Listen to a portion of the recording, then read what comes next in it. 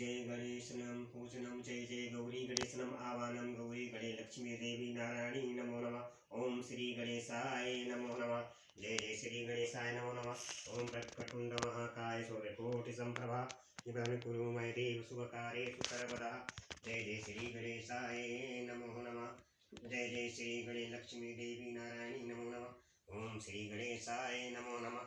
प्रकटुंड महाकाय सूर्यकोटि संप्रभा निबधन कुरु मय देव शुभकार्येषु सर्वदा। जय जय श्री गणेशाय नमो नमः। जय जय श्री गणेशाय नमो नमः। प्रकटुंड महाकाय सूर्यकोटि संप्रभा निबधन कुरु मय देव शुभकार्य। जय जय गणेशाय नमो नमः। ओम श्री गणेशाय नमो नमः। प्रकटुंड महाकाय सूर्यकोटि संप्रभा निबधन कुरु मय देव शुभकार्येषु सर्वदा। जय श्री ओम नमः शिवाय।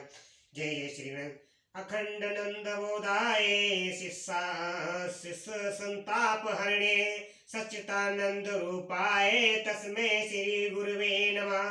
अखंड मंडलाकारं व्याप्तेन चराचरं तत्पददर्शिनतरस् एन तस्मै श्री गुरुवे नमः। अज्ञानतिम्रास ज्ञानचलाय नसकालाय चक्षुमृत एन तस्मै श्री गुरुवे नमः। गुरुर्ब्रह्मा गुरुर्विष्णु गुरुर्देवो महेश्वरा गुरुर्साक्षात् परब्रह्म तस्मै श्री गुरुवे नमः। हे गुरु महाराज तुम्हें सदा जय जय। जय नीलकंठ महाराज तुम्हें सदा जय जय। जय जय महादेव तुम्हें सदा जय जयकार। नीलकंठ हर हर महादेव तुम्हें सदा जय जयकार हो। हर हर महादेव तुम्हें सदा जय जयकार हो। नीलकंठ महादेव तुम्हें सदा जय जयकार हो। हर हर महादेव तुम्हें सदा जय जय हो। हे मां सरस्वती नीलकंठ महाराज विराजमान हो। जय शिव शंभु महादेव। जय भोलेनाथ महादेव। जय जय भोलेनाथ। जय जय भोलेनाथ। महाशिव पुराण में विंध्येश्वर संहिता में महेश्वर ब्रह्मा और विष्णु अपने निष्कल और सकल स्वरूप का परिचय देते हुए शिवलिंग का महत्व बताना मैं शिव पुराण में कथा सुनाने जा रहा हूँ। नंदेश्वर कहते हैं कि वे दोनों ब्रह्मा और विष्णु भगवान शंकर को प्रणाम करके दोनों हाथ जोड़कर उनके दाएं बाएं भाग में चुपचाप खड़े हो गए। फिर उन्होंने वहां साक्षात प्रकट पूजनीय महादेव जी को श्रेष्ठ आसन पर स्थापित करके पवित्र पुरुष वस्तुओं द्वारा उनका पूजन किया। दीर्घ काल तक अविकृत भाव से सुस्थिर रहने वाली वस्तुओं को पुरुष वस्तु कहते हैं और अल्प काल तक ही टिकने वाली क्षण भंगु वस्तुएं प्रकट वस्तु कहलाती हैं। इसी तरह वस्तु के ये दो भेद जानने चाहिए।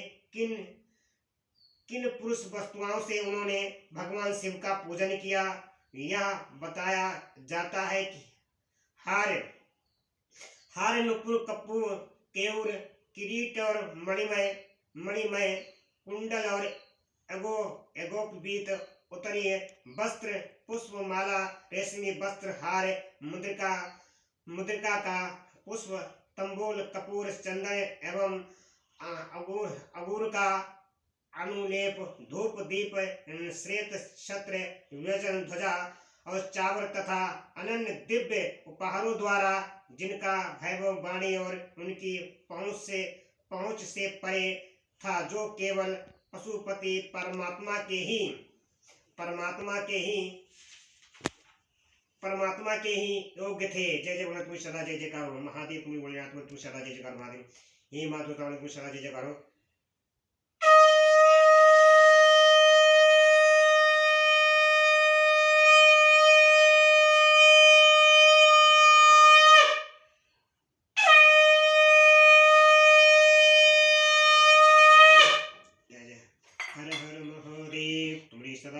हो।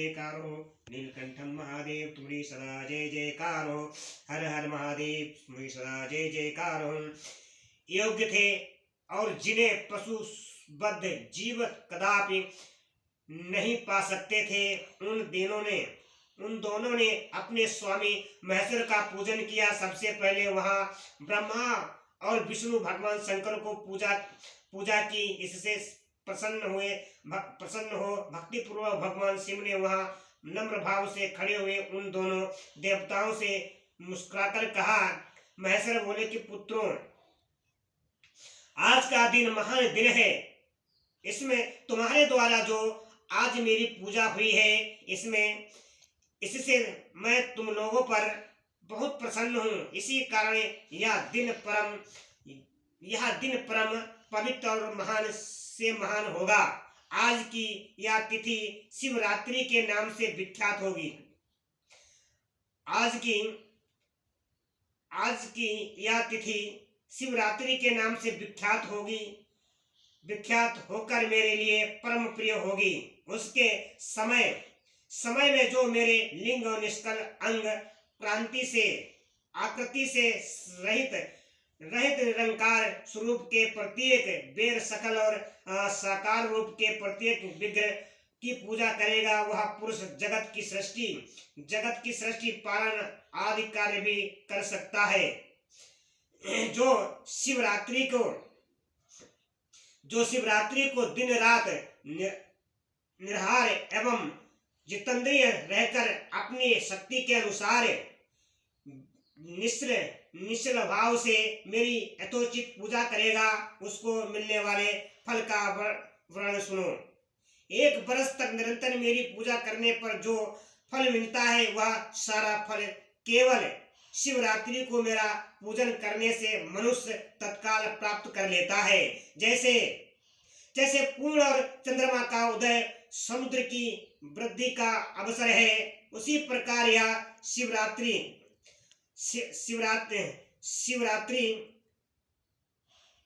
शिवरात्रि तिथि मेरे धर्म को आदि की मंगलमय उत्सव दिन होना चाहिए। पहले मैं जब ज्योतिर्मय स्वभाव रूप से प्रकट हुआ था, वह समय मार्गशीर्ष मास से आर्द्रा नक्षत्र में युक्त पूर्णमासी या प्रतिपदा है। जो पुरुष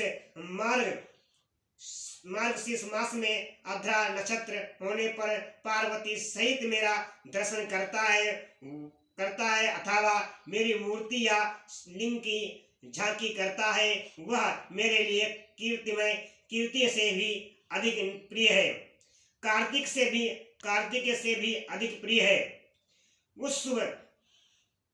उस शुभ दिन को मेरे दर्शन मात्र से पूरा फल प्राप्त होता है। यदि दर्शन के साथ साथ मेरा पूजन भी किया जाए तो इतना अधिक फल प्राप्त होता है कि जिसका वाणी द्वारा वर्णन नहीं हो सकता।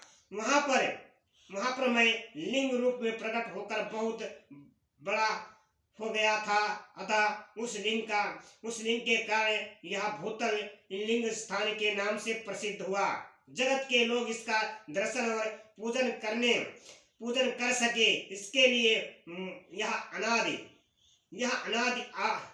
अनादि और अत्यंत ज्योति स्तंभ अथवा ज्योतिर्मय लिंग अत्यंत छोटा हो जाएगा। यह लिंग सब प्रकार के भोग सुलभ कराने वाला तथा भोग और मोक्ष एकमात्र साधन है। इसका दर्शन स्पर्श और ध्यान किया जाए तो यह मणियों को जन्म और मृत्यु के कष्ट से छुड़ाने वाला है। अग्नि के पहाड़ जैसा जो यह शिवलिंग यहाँ प्रकट हुआ है, उसके कारण यह स्थान करुणाचल नाम से प्रसिद्ध है। अरुणाचल नाम से प्रसिद्ध होगा। यहाँ अनेक प्रकार के बड़े बड़े तीर्थ प्रकट होंगे। इसी स्थान में निवास करने या मरने से जीवों का मोक्ष तक हो जाएगा। मेरे दो रूप हैं, सकल और निष्कल। दूसरे किसी के ऐसे रूप नहीं है। पहले मैं स्तंभ रूप से प्रकट हुआ, फिर अपने साक्षात रूप से ब्रह्मा भाव मेरा निष्कल रूप है और महेश्वर भाव सकल रूप ये दोनों मेरे ही सिद्ध रूप है। मैं ही परम ब्रह्मा परमात्मा हूँ। मैं ही परम ब्रह्मा परमात्मा हूँ। कलायुक्त और अकल मेरे ही स्वरूप है। ब्रह्मा रूप होने के कारण मैं ईश्वर भी हूँ। जीवों पर अनुग्रह याद करना मेरा कार्य है। ब्रह्मा और केशव मैं सबसे बृहत कारण ब्रह्मा कहलाता हूँ। सर्वस्व समरूप से स्थित और व्यापक होने से मैं ही सबका आत्मा हूँ। सर्व से लेकर अनुग्रह तक आत्मा या ईश्वर से भिन्न जो जगत संबंधी 5 कृत्य हैं वे सदा मेरे ही हैं। मेरे अतिरिक्त दूसरे किसी को नहीं है, क्योंकि मैं ही सबका ईश्वर हूँ। पहले मेरी ब्रह्मा रूपता का बोध करने के लिए निष्कल लिंग प्रकट हुआ था। फिर अज्ञात ईश्वर तत्व का सत्कार करने के निमित्त में साक्षात जगदीश्वर ही सकल रूप में तत्काल प्रकट हो गया। अतः मुझ में जो भी इष्ट है उसे ही मेरा सकल रूप जानना चाहिए। जानना चाहिए तथा जो यह मेरा निष्कल स्तंभ है वह मेरे ब्रह्म स्वरूप का बोध कराने वाला है। यह मेरा ही लिंग चिन्ह है। तुम दोनों प्रतिदिन यहाँ रहकर इसका पूजन करो। यह मेरा ही स्वरूप है और मेरे समीप की प्राप्ति कराने वाला है। लिंग और लिंग में नित्य अभेद होने के कारण मेरे इस लिंग का महान पुरुषों को भी पूजन करना चाहिए। मेरे एक लिंग की स्थापना करने वाला यह फल बताया गया है।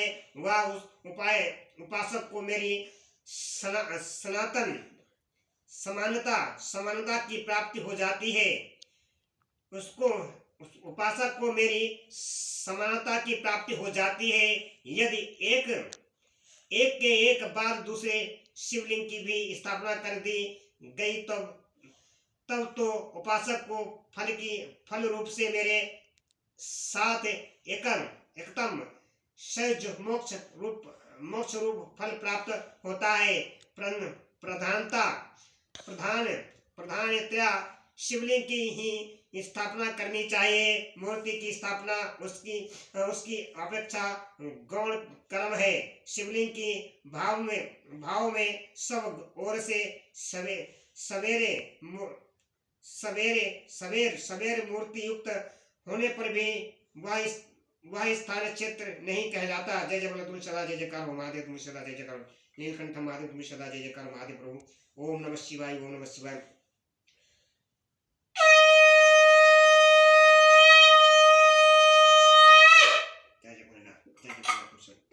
जय जगन्नाथ। मैंने शिव पुराण कथा अध्याय 7-8 शिव पुराण में विंध्येश्वर संहिता में अध्याय 7-8 का पाठ किया है। भक्तजनों सनातन धर्मियों इस कथा को जो भी सुनेगा ग्रहण करेगा उसके समस्त पाप दूर हो जाएंगे। मैं YouTube चैनल के द्वारा ये कथा संपन्न कर रहा हूँ। महाशिव पुराण कथा सबको सुना रहा हूँ। मेरा अनुरोध है हिंदू सनातन धर्मियों, आप इस कथा को हर शहर में शेयर करें, लाइक करें, कमेंट करें। जो अच्छी लगे इसके बढ़िया कमेंट करें। जय भोलेनाथ। हर हर महादेव। तुम सदा जय जयकार हो। जय भोलेनाथ। तुम सदा जय जयकार।